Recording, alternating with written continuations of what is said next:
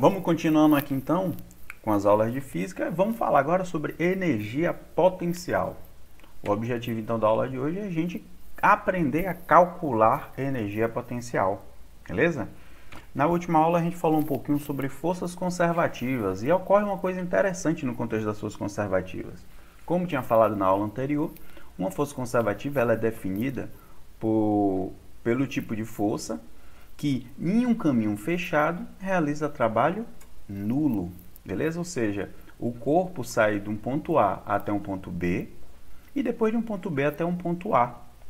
E nesse trajeto, a força que age sobre ele e realizar trabalho nulo é chamada força conservativa, certo? Então, ó, o trabalho para ir tem que ser igual a menos o trabalho para voltar. Prontinho. Qual o contexto? O que é que acontece de interessante no balanço energético quando a força quando uma força atua sobre um corpo e essa força é conservativa, né? Vamos pensar o que acontece aqui, ó. Eu vou usar no contexto a força peso, que é a força que a gente já provou que é uma força conservativa. Então, quando a maçã sobe, o trabalho da força peso é um trabalho negativo, tirando energia do corpo. Não é isso? E a gente sabe isso quando a gente olha para o teorema trabalho-energia, que diz que é o trabalho total, né, realizado sobre um corpo é igual à variação da energia cinética. Ou seja, quando o corpo está subindo, a sua energia cinética vai diminuindo, a sua velocidade vai diminuindo. Então, a sua energia cinética, a variação da sua energia cinética é negativa, portanto, o trabalho é negativo. Nesse contexto aqui, a gente está falando da força-peso quando o corpo está subindo. Então, quando o corpo está descendo, o trabalho é positivo, causando o quê? Um aumento na energia cinética. Então, uma pergunta que se faz é, então, quando o corpo está subindo, a energia cinética diminui. Quando o corpo está descendo, a energia cinética aumenta. Tudo isso por quê? Tudo isso por causa da ação da força-peso. Então, toda a energia cinética, ela saiu do corpo e foi armazenada por causa da ação da energia cinética, por causa da ação da força-peso.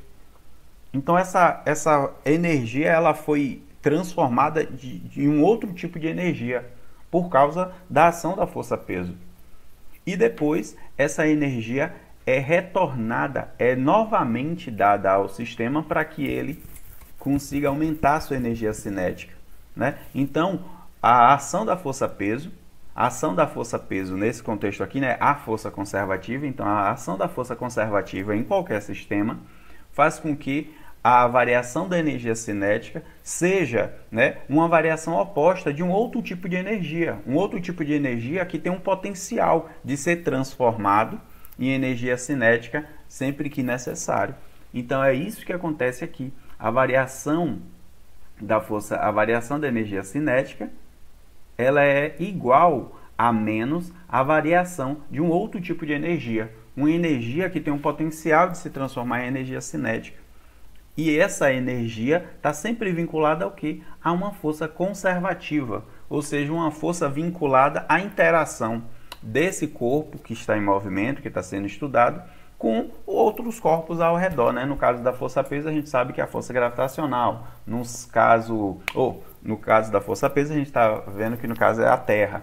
No caso da força elástica, a gente sabe que no caso é a mola. Então, toda força conservativa, ela interage com o corpo, causando esse armazenamento de energia para que ela possa ser usada, né, em outro momento. E essa energia armazenada, essa energia que tem um potencial de se transformar em energia cinética, a gente denomina como energia potencial. Beleza? Então a gente consegue essa relação aqui, ó, direta, e isso daqui é o que facilita a gente conseguir descrever a energia potencial. Ou seja, todo o trabalho de força conservativa, aqui está dizendo que é o trabalho, né, o trabalho total, na realidade é o trabalho de forças conservativas, todo o trabalho de força conservativa é igual a menos a variação da energia potencial. E a gente sabe como calcular o trabalho, né, que no caso é integral, da força, do produto escalar da força pelo deslocamento infinitesimal num intervalo específico. E isso tem que ser, então, a energia potencial num ponto final menos a energia potencial no ponto inicial, com esse menusinho aqui na frente. Então, sabendo a força, nós podemos fazer o cálculo da integral e descobrir a energia potencial em cada um desses pontos. Beleza? Então, toda energia potencial está vinculada sempre a uma força conservativa. Se a força não for conservativa, ela não tem energia potencial vinculada a ela. Não tem como a gente calcular a energia potencial para uma força que não seja conservativa. Beleza? Vamos calcular aqui a energia potencial para algumas forças que a gente conhece. Exemplo, a força-peso. Força-peso a gente sabe que ela é menos mg, né, na direção de J. A gente está assumindo aquele sistema de referência já conhecido, no qual o eixo vertical é o nosso eixo J, né, é o nosso eixo do Y. E quando a gente faz esse cálculo de trabalho, o trabalho já é bem conhecido, que é menos mg delta Y, né? E isso daqui vai ser então o quê? Menos a energia potencial no ponto B, menos com menos mais a energia potencial no ponto A, né? E a variação, o deslocamento em Y vai ser o quê? Vai ser a posição em Y final, que no caso vai ser o B, né? Então vai ser menos mg a posição em B, menos a posição em A. Mas só que como tem um menos aqui, né? Menos com menos vai dar mais. mg y A. Então, ó, dá para a gente fazer agora uma identificação direta, vendo que, ó, esse termo que está negativo se refere a B, esse termo que está negativo também se refere a B. Esse termo que está positivo se refere a A, e esse termo que está positivo se refere a A.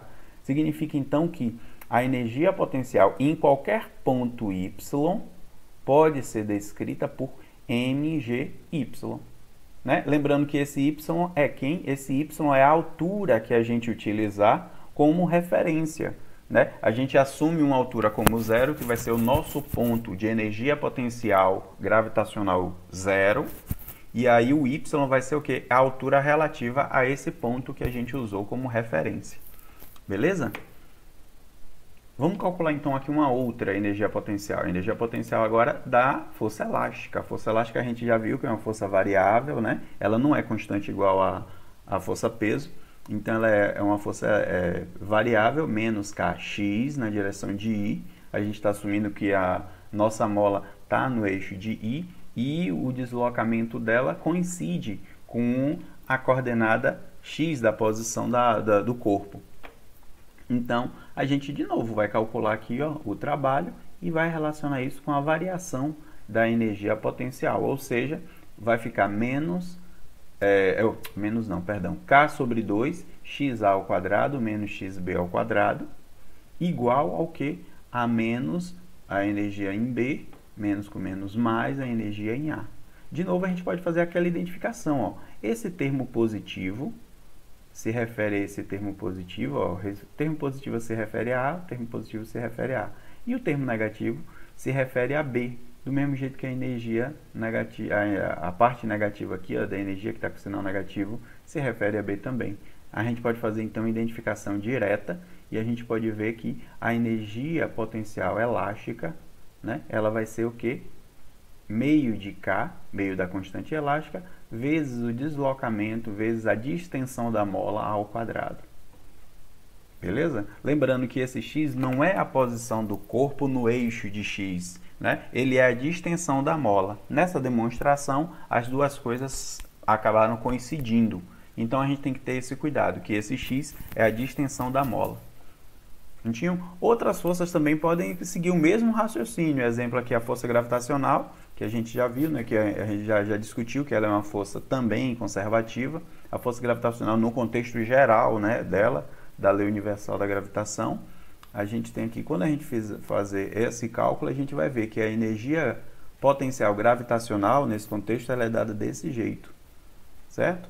E a força elétrica também, né, vinda através da lei de Coulomb, ela também, até por causa da forma matemática, né, ser muito parecida, a gente pode perceber que a gente pode obter que a energia potencial elétrica, que aqui tem um G, está errado, deveria ser um E, né, a energia potencial elétrica também ela pode ser obtida e ela vai ser escrita desse jeitinho que está aqui, ó. Beleza? Então veja que é muito fácil a gente obter a energia potencial de qualquer força que a gente saiba que é conservativa. Basta a gente seguir esses passos que eu fiz aqui. Calcula o trabalho da força em 2 pontos, né? Em 2 pontos específicos, ou entre 2 pontos específicos, e a gente faz a identificação, né, da energia potencial em cada um desses pontos. Isso é uma propriedade desses campos vetoriais conservativos. Todo o campo vetorial, né, no caso forças, todas as forças conservativas, elas seguirão esse raciocínio, porque elas não dependem do caminho, só dependem do ponto inicial e do ponto final. Então vai ser fácil a gente fazer essa identificação. Vamos fazer alguns exemplos aqui então, certo? Esse exemplo aqui vai ajudar a gente a entender a ideia de escolher uma referência para a energia, para calcular a energia potencial gravitacional, né? Então aqui, ó, uma preguiça de 2 kg está pendurada a 5 metros acima do solo, como está aqui nessa figura. Veja, o solo, se eu assumo que o solo aqui é o meu referencial, ou seja, o chão é 0, né? A preguiça vai estar em y igual a 5, ou seja, 5 metros, né, do solo. Tudo bem? Se eu mudo o meu referencial, eu vou ter outros valores. Isso vai ser bem interessante para a gente. Então, letra A, qual é a energia potencial gravitacional U do sistema preguiça-terra se tomarmos o ponto de referência y igual a 0 como estando, primeiro caso, no solo, que é esse caso aqui. Segundo caso, no piso da varanda, que está 3 metros acima do solo, ou seja, se eu assumo que o meu referencial y igual a 0 é aqui, ó, na altura do solo. Terceiro caso, no galho, onde a preguiça está, ou seja, aqui, ó, no galho onde ela está é o meu ponto y igual a 0. E quarto caso é quando o y igual a 0 está 1 metro acima do galho, ou seja, 1 metro aqui, ó, acima do galho. Considere a energia potencial como nula em y igual a 0, que é aquela discussão que a gente fez antes, né? A gente viu que, ó, a energia potencial vai ser escrita como um mgy, sendo que esse y é o que? É a distância vertical até aquele ponto de referência, em relação àquele ponto de referência que a gente escolheu. Prontinho, então vai ser também solicitado uma outra, né, pergunta, que é: a preguiça desce da árvore. Se a preguiça descer da árvore, para cada escolha de ponto de referência, qual é o valor da variação da energia potencial do sistema preguiça-terra? Ou seja, quando ela descer, ela vai ter agora aqui um outro valor de energia cinética, porque ela vai estar no chão. Quanto vai ser, então, a variação de energia potencial de lá de cima para cá para baixo? Ou seja, ela começa aqui, termina aqui. Quanto vai ser a variação de energia potencial nesse contexto? Para cada um dos sistemas de referência que a gente utilizou. A gente vai fazer isso na estante. Primeiro, vamos fazer a letra A. A letra A, ele diz que é para a gente calcular a energia potencial desse sistema, preguiça-terra, né, para cada um desses sistemas. Olha o que acontece aqui, gente. Preguiça-terra, por que ele está dizendo preguiça-terra, né? Porque a gente está lidando com a energia potencial gravitacional. Significa, então, qual é a força que está aqui envolvida? É a força que a preguiça sente devido à atração que a Terra faz. Então, a gente sabe que a força-peso é uma força conservativa, vinculada a ela tem uma energia, que essa energia está vinculada ao que? A essa interação, ou seja, a configuração da Terra e da preguiça, né, que norteia essa interação que elas têm. Então, vamos calcular essa energia potencial. A energia potencial, apesar de tudo isso que eu falo, né, parecer complicado, para calcular a energia potencial é muito simples, né? A gente vai pegar aqui a energia potencial gravitacional, vai ser mgy. É só a gente escolher o referencial e ver qual é o valor do y e calcular. Então, veja, para esse primeiro, que no caso é a energia potencial no referencial 1, né? O y é quanto? O y é 5, né? Porque se aqui é 0, aqui vai ser 5. Então, ó, mg vezes 5 vai dar 98 joule. Por quê? Porque m é 2 e g é 9,8, como a gente já sabe, né? Então, isso aqui vai dar 98 joule. Já no referencial 2, ó, o 0 está aqui, então o y vai ser 2. Então, isso aqui vai ser mg2, vai dar 39 joule. Já no referencial 3, a preguiça está no y igual a 0, ó. No y igual a 0, na mesma altura, y igual a 0. Então, a energia potencial vai ser 0. E no referencial 4, o Y é menos 1. Veja que o referencial é 1 metro acima da altura da preguiça. Então ela está 1 metro abaixo, a gente acaba colocando negativo esse valor. Então ele fica em menos 1. Então mg menos 1 vai dar aproximadamente, né, menos 20 joules.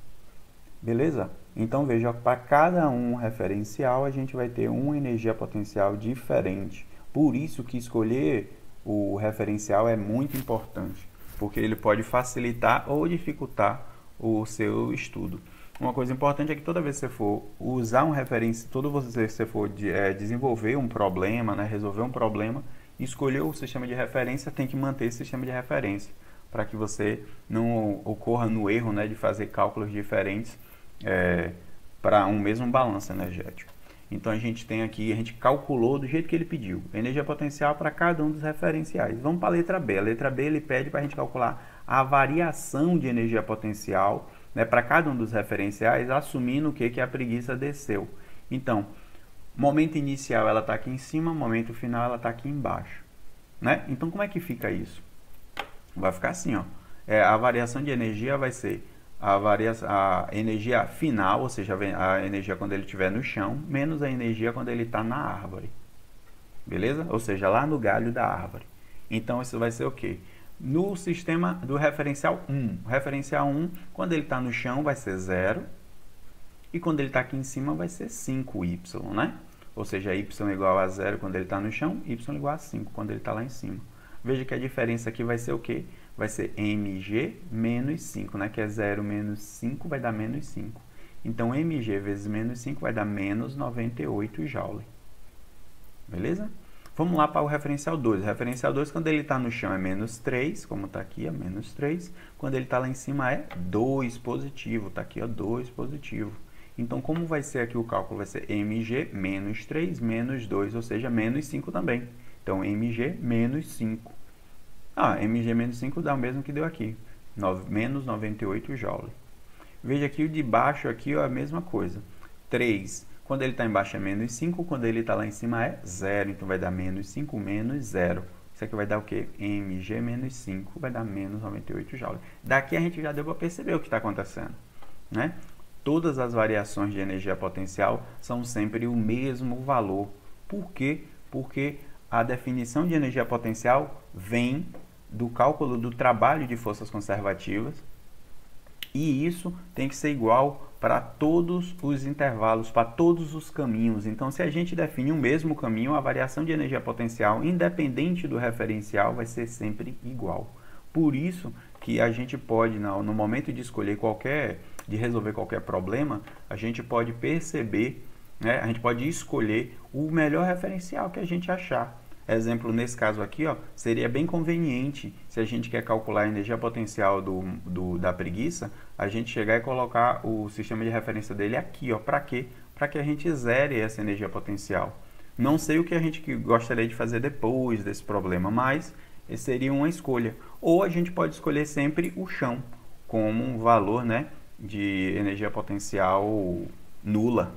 Né? Outros momentos, vocês vão ver em alguns momentos que a gente pode escolher o ponto mais baixo da trajetória com o ponto com energia potencial gravitacional nula, certo? Então, só para fechar, o 4 aqui é a mesma coisa, ó. Aqui embaixo é menos 6 e lá em cima é menos 1. Então, vai ficar menos 6 menos menos 1, né? Que vai dar mais 1, então vai ficar menos 6 mais 1, menos 5. mg menos 5 vezes menos 5 vai dar menos 98 joules. Beleza, prontinho, feito, certo? A gente pode fazer aqui agora um outro de espingarda. Olha o que diz aqui, de força elástica. Olha o que acontece. Aqui a gente fez força gravitacional, força peso no caso. A gente vai fazer agora uma força elástica. Força elástica diz: a figura ao lado se refere a uma mola de uma espingarda de rolha, né? Ela mostra a força da rolha em função do alongamento da compressão da mola. A mola é comprimida 5,5 centímetros e usada para impulsionar uma rolha de 3,8 gramas. Então, ó, a gente coloca aqui, comprime a mola 5,5 centímetros, coloca uma rolha, né, de 3,8 gramas, e quando a gente solta a mola impulsiona a rolha para frente. Essa mola, ela segue esse comportamento aqui, né? Quando a gente quer fazer o teste para a gente conhecer, veja aqui, ó, quando ela é alongada 2 centímetros, ela gera uma força de 0,2 newtons. Quando ela é alongada 4 centímetros, ela gera uma força de 0,4 newtons e daí por diante. Tudo bem? Vamos seguir. Letra A, qual a velocidade da rolha se ela se separa da mola quando esta passa pela posição relaxada? Ou seja, quando ela passa pela posição relaxada, a rolha é liberada. Então, qual é a velocidade dessa rolha? E letra B, suponha que em vez disso, em vez de acontecer o que está acontecendo aqui, a rolha permaneça ligada à mola e a mola sofra um alongamento de 1,5 centímetros antes de ocorrer a separação. Qual é, nesse caso, a velocidade da rolha no momento de separação? Então, a gente tem aqui, ó, um momento de separação, que é quando a mola entra no relaxamento, né? Quando ela se estende até x igual a 0, ela libera a rolha. E outro momento é que ela passa do relaxamento e ainda se alonga 1,5 centímetros, só para depois liberar a rolha. Então, são dois momentos diferentes. Vamos fazer aqui, então, o primeiro momento. Se a gente quer saber a velocidade, o que é que a gente tem que estar? A gente tem que ter, nesse contexto aqui, né, energético, a gente tem que relacionar essa velocidade com a energia cinética. Se a gente está falando de uma força aplicando, o melhor jeito de a gente fazer isso daqui é como? É a gente relacionar a energia cinética com o trabalho, não é isso? Eu poderia também estar relacionando a energia cinética com menos a variação da energia potencial. Era um outro jeito de fazer. O resultado vai ser o mesmo, certo? Eu coloquei aqui direto o teorema trabalho-energia, mas eu poderia estar relacionando a variação de energia cinética com a variação de energia potencial. Então, ó, variação da energia cinética final vai ser mv ao quadrado sobre 2, que eu quero saber, e a energia cinética inicial vai ser 0, porque a rolha está parada no início. E o trabalho? O trabalho vai ser meio da constante elástica, vezes, né, a distensão inicial, né? A distensão inicial é aquela de 5,5 centímetros, menos a distensão final, que é quando a rolha é liberada, que no caso da letra A é quando a rolha está relaxada, ou seja, a distensão igual a 0. Beleza? Então a gente tem isso aqui, ó. Olha o que acontece, eu tenho a massa, que ele deu 3,8 gramas, eu quero saber a velocidade, eu tenho o xi, que é 5,5 centímetros, mas eu não tenho a constante elástica. Então, a constante elástica, para mim, ó, é uma incógnita. Antes de resolver a velocidade, eu tenho que descobrir quem é a constante elástica. A constante elástica ela é dada no problema de uma forma implícita, né, através do gráfico. Eles mostram aqui, ó, que esse aqui é o comportamento da mola. Então, tem como eu descobrir fazendo o quê? Usando a lei de Hooke. Se vocês lembram bem, a lei de Hooke, ele mostra para a gente que a força é igual a menos a constante elástica vezes x, né? Nesse contexto, se a gente pega módulo da força, a gente pode chegar e fazer essa análise aqui. Ou seja, a gente pega a força, divide pela distensão da mola, ou módulo da distensão, né, que deveria estar em módulo. Módulo da distensão, a gente tem a constante elástica. Basta a gente chegar agora e tirar essa informação daqui. A gente pode escolher qualquer distensão e qualquer distensão e o valor respectivo dessa distensão, né? Eu vou escolher aqui, ó, a distensão 4 centímetros. 4 centímetros, 0,04, dividido por quê? Aqui eu vou colocar em metros, né? 0,04 metros. E eu vou usar a força associada a isso, que no caso seria 0,4 newtons. Então, 0,4 newtons dividido por 0,04 metros, isso vai dar o quê? 10 newton por metro. Prontinho. Então, tem aqui que a minha constante elástica é isso. 10 newtons por metro. Dando uma melhorada naquela equação, veja que eu tirei esse zero, eu obtenho essa equação aqui, ó. Obtendo essa equação, eu posso o quê? Anular os dois, porque eu posso passar ele para o lado de cá, ou multiplicar tudo por 2, né? Tanto faz do jeito que a gente falar, mas aqui eu posso dizer que eu multipliquei toda a equação por 2, de tal forma que eu some os dois denominadores, ficando, passo, e eu pego, divido tudo pela massa, de tal forma que essa massa some daqui e aparece aqui embaixo. Então, vai ficar o K sobre M vezes a distensão inicial ao quadrado, e eu pego agora a raiz, o quadrado que está aqui, e transformo em raiz quadrada do lado de cá, né? Aplicando dos dois lados raiz quadrada. Então, eu tenho que o módulo da velocidade é raiz quadrada da constante elástica dividido pela massa vezes a distensão da mola ao quadrado. Quando a gente faz isso aqui, ó, 10 dividido por 0,0038, né? Porque aqui a massa tem que estar em quilogramas, porque Newton está no sistema internacional, então aqui também tem que estar no sistema internacional. E eu coloco aqui, ó, os 5,5 centímetros em metros, né? 0,055 metros. A gente tem que a velocidade vai ser 2,8 metros por segundo. Beleza?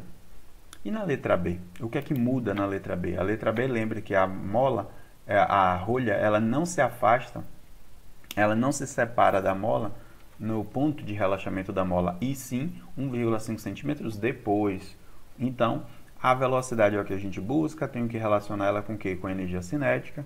E eu consigo relacionar, nesse contexto aqui energético, né? Relacionar a energia cinética com o quê? Com o trabalho total. Nesse contexto, poderia relacionar com menos a variação da energia potencial, daquele jeito que eu falei. Então, aqui vai ficar como? A energia cinética final é essa, a energia cinética inicial é zero, porque a rolha está parada. E o trabalho da força elástica, que é a única força que atua sobre o corpo, é o quê? Meio da constante elástica, vezes a distensão inicial, né, que é 5,5, e a distensão final, ó, distensão final, que é o que? 1,1. Né? Lembrando que a gente está botando assim, distensão de compressão a gente chama de negativo, distensão a gente define como negativa, e distensão de alongamento a gente define como positiva. Nesse contexto, para a gente, independe. Por quê? Porque todas estão ao quadrado. Né? Então, quando a gente colocar aqui ao quadrado, eles acabam ficando positivos mesmo. Então, a velocidade vai ser raiz quadrada de meio da constante elástica dividido pela massa, vezes, né, essa diferença dos quadrados. Né? Então, só substitui os valores. Constante elástica é 10, porque a mola não mudou, a mola continua sendo essa aqui, ó, que a gente usou para calcular. Então, continua sendo 10, a massa vai ser 3,8 gramas, escritos em quilograma, né? 0,0038 quilogramas. O deslocamento inicial é 5,5 centímetros, colocados em metros, e o deslocamento final é 1,5 centímetros, também colocados em metros. Isso vai dar para a gente 2,7 metros por segundo, ou seja, 0,1 metro por segundo de diferença de uma velocidade para outra. Né? Então, não foi nenhuma diferença tão grande, mas é uma diferença. Tudo bem? Eu espero que até aqui vocês tenham entendido como a gente calcula e a gente pode usar, né, a energia potencial. Veja que esse problema eu usei aqui, teorema trabalho e energia. Não usei em momento nenhum energia potencial, mas eu poderia ter usado e o resultado seria o mesmo. Tudo bem?